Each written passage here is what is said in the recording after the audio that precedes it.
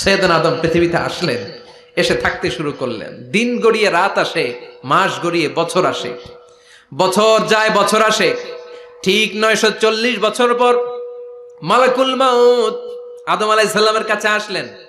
বললেন, আনা মালাকুল মাউত উকিলা বিকুম, আপনাদের জন্য আল্লাহ আমাকে বানিয়েছে রূহ কবজ করতে। ও আদম, আবুল বাশার, পৃথিবীর প্রথম মানব, প্রথম নবী, আপনার সময় শেষ, রেডি হন।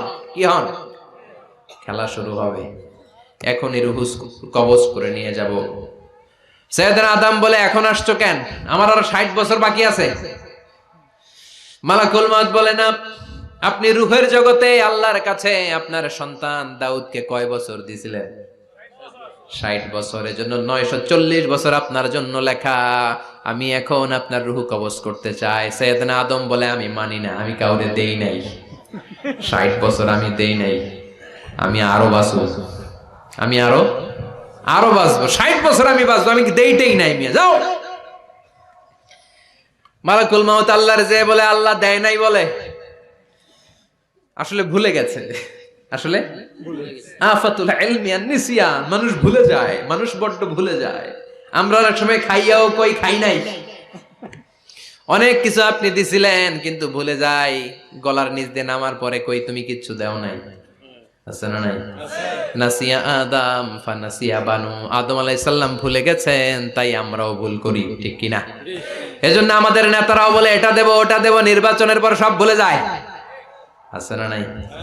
ওই যে আদম আলাইহিস সালাম ভুলছে, আমরাও ভুলে যাই। ওনাদের দোষ কি? ভুলে যায়, বেমালুম ভুলে যায়। আল্লাহ বললেন, মালাকুল মাউত আর জোরাজুরি করো না। 940 নয়, ঠিক 1000 বছর পরে আদমের কাছে যাবা। আমি আমার আদমের ভাগ্যে এই জিনিসটাই রেখে দিয়েছিলাম রে মালাকুল মাউত। আমি আগ থেকে এটাই রেখেছি, আমি জানতাম সে ভুলে যাবে। চিল্লায় এখন সুবহানাল্লাহ। তার মানে পৃথিবীর সবচাইতে লম্বা মানুষ, 60 হাত লম্বা, এত শক্তিশালী আদম আলাইহিস সালাম শ্রীলঙ্কাতে প্রথম নেমেছিলেন। এক লাফ দিলে আধা মাইল চলে যাইতেন। সুবহানাল্লাহ। কি লম্বা মানুষ! আদম আলাইহিস সালাম চলে গেলেন। ওনার পরের নবী ইদ্রিস আলাইহিস সালাম, উনি মরে নাই। ইদ্রিস আলাইহিস সালাম মরছে, কে বলছে? উনিও মরেছেন। তবে ওনার মৃত্যুর আজীব এক ঘটনা আছে, অনেক লম্বা কথা। এক ফেরেশতার সাথে ওনার বন্ধুত্ব হয়েছিল। বলেছিলেন, আমি আকাশ দেখতে চাই, আল্লাহর কাছে অনুমতি চাই। আল্লাহ বলল, ঠিক আছে, ইদ্রিসকে আকাশে ঘুরাও। প্রথম আকাশে ঘুরলেন, দ্বিতীয় আকাশে ঘুরলেন, তৃতীয় আকাশে ঘুরলেন, চতুর্থ আকাশে ঘুরলেন। ইন দ্য মিন টাইম চতুর্থ আসমানে মালাকুল মাউত পৃথিবীর দিকে নেমে আসছিল। ওই ফেরেশতা বলে, মালাকুল মাউত আপনি কই যান? মালাকুল মাউত বলে, একটু আগে আল্লাহ ফরমান জারি করেছে, চতুর্থ আসমানে আমার নবী ইদ্রিসের রূহ কবজ করো। সুবহানাল্লাহ। আমি বললাম, আল্লাহ আপনার পাঠানো নবী সৈয়দনা ইদ্রিস থাকে দুনিয়ায়, চতুর্থ আসমানে পামু কই? আল্লাহ কয়, কথা নাই, দৌড় দে। আমি দৌড় দিলাম, এসে দেখি ইদ্রিস আলাইহিস সালাম এখানে রেডি। সুবহানাল্লাহ। ওয়া রাফা'নাহু মাকানান আলিয়্যা। ইদ্রিস আলাইহিস সালামের রূহ কবজ দুনিয়ায় হয় নাই, চতুর্থ আকাশের মধ্যে হয়েছে। একটু চিৎকার করে পড়বেন সুবহানাল্লাহ।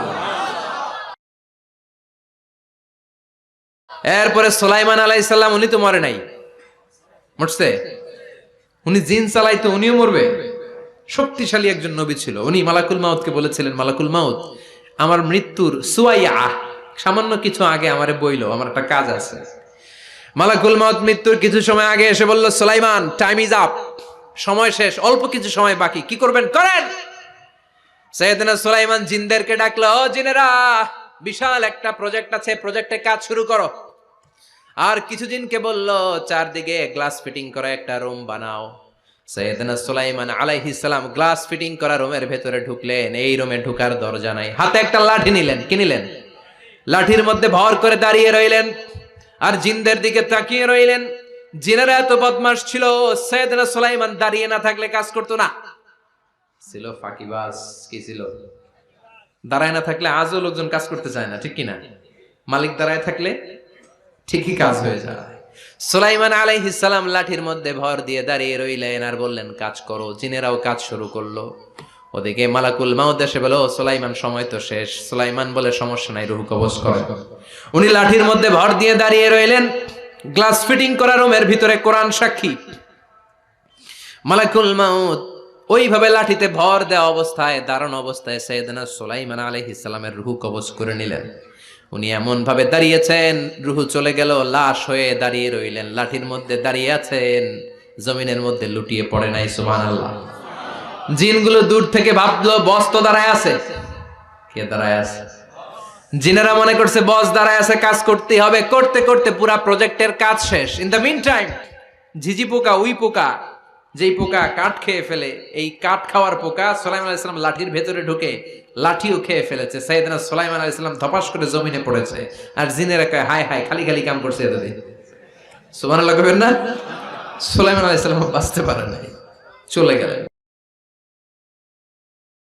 মুসা আলাইহিস সালাম মরছে? উনি মরবে কেন? উনি তো খালি মারে। মরছে? এক থাপ্পড়ে ফেরাউনের বাবুর্চি নাই। মুখের আগে হাত চলতে কয়েকজন, এর মধ্যে মুসা আলাইহিস সালাম আছে না নাই? মালাকুল মাউত মানুষের আকৃতিতে অনুমতি না নিয়ে ঘরের ভেতরে ঢুকে গেল। ঢুকে বলে আনা মালাকুল মাউত, আমি মৃত্যুর ফেরেশতা। তো কি চাও? জিতু আন আকবাদা রূহাক, আপনার রূহ কবজ করতে আসছি। কিন্তু মুসা আলাইহিস সালাম দেখতেছেন দিব্যি একজন মানুষ, কি দেখে? আবার সালাম দেয় নাই, অনুমতি নিয়েও ঢুকে নাই। অমিয়া অনুমতি নিয়ে ঘরে ঢোকার দরকার আছে না নাই? মুসা আলাইহিস সালামের মেজাজ বড় গরম। উনি বললেন কি করবি? কয় আপনারে মারবো। কয় এদিকে আয়। মালাকুল মাউত মনে মনে ভাবে এতদিন সব মানুষগুলো আমারে দেখলে দিত দৌড়, আজকে মনে হয় আমারে দিতে হবে দৌড়। এক পা গায়ে দুই পা পেছায় সাহস করে সামনে গেলেন। আবার মুসা আলাইহিস সালাম দিলেন এরকম থাপ্পড়। ফাসাক্কাহু ফাফাকু আইনা, বুখারীর বর্ণনা, এক থাপ্পড়ে চোখ নাই। ঠিকই মালাকুল মাউত দৌড়, এক দৌড়ে আল্লাহর কাছে। আল্লাহ বললেন রাখো, এটা মুসা আলাইহিস সালাম, তার মেজাজ বড্ড গরম, আমাকে কথা বলতে হবে। আল্লাহ বললেন মুসা, বুখারীর বর্ণনা, গরুর পিঠের উপর হাত রেখে দাও। রাখা হলো। তোমার হাতের নিচে গরুর যত পশম, প্রত্যেক পশমের বিনিময়ে এক এক বছর করে হায়াত বাড়িয়ে দিলাম। মুসা আলাইহিস সালাম অনেক চালাক নবী। উনি বললেন আল্লাহ, আমার হাতের নিচে যদি গরুর 2000 পশম থাকে, তার মানে 2000 বছর হায়াত বাড়িয়ে দিলেন। কিন্তু এক্সট্রা হায়াত যখন শেষ হয়ে যাবে এরপরে কি হবে? আগে ওইটা বলেন। আল্লাহ বললেন সুম্মাল মাউত, তারপরে তো মুসা মরতেই হবে, আসতেই হবে। সাইয়েদনা মুসা আলাইহিস সালাম বললেন ফাল আনা, তাহলে আর দেরির দরকার নাই, এখনই আমি আপনার কাছে চলে যেতে চাই। মালাকুল মাউত মুসা আলাইহিস সালামের রূহ নিয়ে উড়াল দিলেন। সুবহানাল্লাহ। বাঁচতে পারছে? বিশ্বনবী মরে নাই, উনি ইন্তেকাল করেছেন। চিল্লা এখন ঠিক কিনা? ইন্তেকালের আগে বিশ্বনবী প্রচন্ড অসুস্থ হলেন। মা আয়েশারে ডেকে বললেন, আয়েশা মনে হয় আমি বাঁচবো না। ওই যে খায়বার বিজয়ের দিন, খায়বার দুর্গ বিজয় করার পরে এক ইহুদি মহিলা আমার দাওয়াত দিয়েছিল। ওই দাওয়াত খেতে যাওয়ার পরে গোশতের মধ্যে বিষ মাখানো হয়েছিল রে আয়েশা। ওই বিষ মাখানো খাসির গোশত খেয়ে যে ব্যথা আমার পেটে উঠেছিল, আজ আবার সেই ব্যথা উঠেছে। বিশ্ব নবী ওই বিষ খাওয়ানো গোশতের কারণে ইন্তেকাল করেছেন। তার মানে বিশ্ব নবী শাহীদ।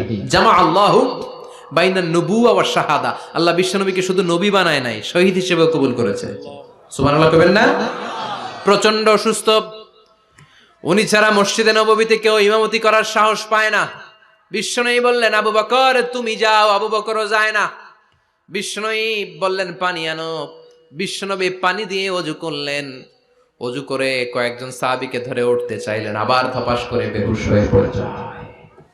বিশ্বনবী উঠতে পারে না। আবার বললেন ঠান্ডা পানি আনো। পানির ভেতরে বিশ্বনবী 2 হাত ঢুকিয়ে দিয়ে ঠান্ডা ভিজা হাত দিয়ে চেহারার মধ্যে মাসে করলেন আর বললেন ইন্নালিল মাউতিলা সাকারাত, হায়রে মৃত্যুর কি যন্ত্রণা, হায়রে মৃত্যুর যে কি কষ্ট। ও মিয়া, বিশ্বনবী যদি মৃত্যুর কষ্টে কাতরায়, আমাদের অবস্থা কি? আমাদের নসিবে কি আছে? আল্লাহ তুমি বাঁচাও, পড়ে না আমিন। বিশ্বনবী কাঁদছেন, সাহাবারা একের পর এক দেখতে আসে, কান্নার রোল পড়ে গেল চারদিকে। বিশ্বনবীর কলিজার টুকরা নয়নের পুটুলি সাইয়্যিদাতুনা ফাতিমা বিশ্বনবীর কান্না সহ্য করতে পারে না। বিশ্বনবীকে ধরে ফাতিমা, সাইয়্যিদাতুনা ফাতিমা বিলাপ করা শুরু করে দিলেন, চিৎকার দিয়ে কান্নাকাটি শুরু করে দিলেন আর বললেন ওয়া কুরবাবা, ওয়া কুরবাবা, হায় হায় আমার বাবার কি কষ্ট, আমার বাবার কি কষ্ট হচ্ছে। বিশ্বনবী বললেন ফাতেমা তুমি কেঁদো না, আমার কষ্ট আজকের পরে আর থাকবে না। আজকে তোর বাবার সব কষ্ট বন্ধ হয়ে যাবে। কি যেন কানে কানে বললেন, ফাতেমা আরো কেঁদে দিল। আবার কানে কানে কি যেন বললেন, ফাতেমা হেসে দিল। বিশ্বনবীর ইন্তেকালের অনেক পর মা আয়েশার কাছে ফাতেমা বললেন, আমি যখন প্রথমে কেঁদেছিলাম আব্বা বলেছিল আমি আর বাঁচব না রে ফাতেমা। আবার কানে কানে একটা কথা বলার পরে হেসেছিলাম, আব্বা বলেছিল আমার পরে আমার পরিবার বর্গের মধ্য থেকে সর্বপ্রথম তোমার সাথে আমার দেখা হয়ে যাবে রে ফাতেমা। অল্প কয়েক মাসের ব্যবধানে সাইয়েদাতুনা ফাতেমা উনিও ইন্তেকাল করলেন। বিশ্বনবী শোয়া থেকে উঠতে পারে না। এক সাহাবীকে দেখলেন মেসওয়াক করছে। বিশ্বনবী মেসওয়াকের দিকে তাকিয়ে রইলেন। বিশ্বনবীর নিথর দেহটা পড়ে আছে। আয়েশারা যে বলবে আয়েশা মেসওয়াক দাও, বলতে পারে না। মা আয়েশা বুঝতে পেরে মেসওয়াক আনলেন, বিশ্বনবীকে মেসওয়াক করিয়ে দিলেন। এবার বিশ্বনবী বললেন, ও আবু বকর শোনো, আল্লাহ আমাকে অপশন দিয়েছে। কি দিয়েছে? আল্লাহ বলেছে নবী আজীবন থাকতে চাইলে থাকেন, আর আসতে চাইলে চলে আসেন। আমি থাকতে না চেয়ে আল্লাহর কাছে চলে যাওয়ার ইচ্ছা করলাম। সাইয়েদনা আবু বকর কান্না জুড়ে দিলেন। বিশ্বনবী বললেন, আসসালাত আসসালাত, ও আমার উম্মতেরা নামাজ তরক করো না। ইন্তেকালের আগে বললেন নামাজ ছেড়ে দিও না। আর বললেন ওয়ামা মালাকাত আইমানুকুম, তোমাদের অধীনস্থ কর্মচারীদের সাথে খারাপ আচরণ করো না। ঘাম শুকানোর আগে পয়সা দিয়ে দিও। আর হাত দুটো উঁচু করে বললেন আল্লাহুম্মা ইলার রাফিকিল আলা, ও আল্লাহ আমি আপনার কাছে যেতে চাই। এই কথাটা বলে বিশ্বনবীর হাত দুইটা থপাস করে জমিনে পড়ে গেল। বিশ্বনবীও চলে গেলেন। থাকতে পেরেছে কেউ? চিল্লায় বলেন। এজন্য আমরা আল্লাহর কাছে ইমানই মৃত্যু চাই। কি মৃত্যু? আমরা উত্তম মৃত্যু চাই। চিল্লায় বলেন কি মৃত্যু? এজন্য মরণের আগে ইমান নিয়ে মরার দরকার আছে না নাই?